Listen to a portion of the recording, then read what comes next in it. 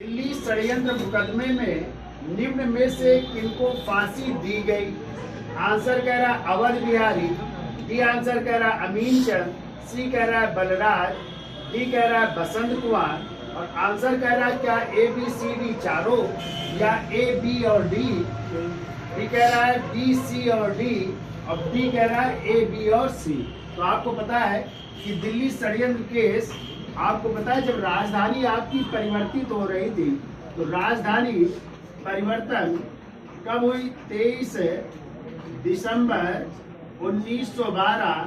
कहाँ से? कलकत्ता से कहाँ? दिल्ली। ठीक है। और इसी राजधानी परिवर्तन के समय जो उस समय भारत के वायसराय थे जिनका नाम था लॉर्ड हार्डिंग द्वितीय। कौन थे? लॉर्ड हार्डिंग द्वितीय।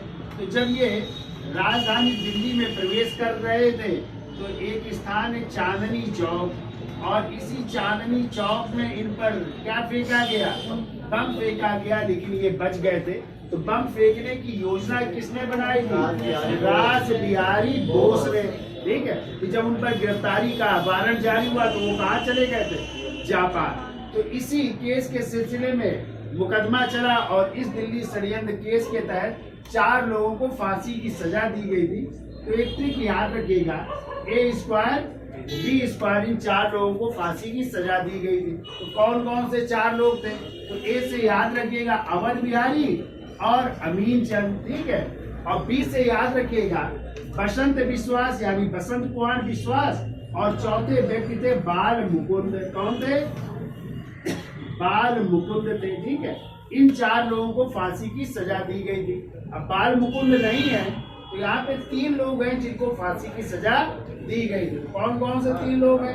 अवध बिहारी, अमीन चंद और बसंत कुमार विश्वास। तो आंसर आपका क्या हो जाएगा? ए बी और डी। कौन सा मिल रहा है? डी आंसर मिल रहा है। ए बी और डी आंसर होगा। क्लियर?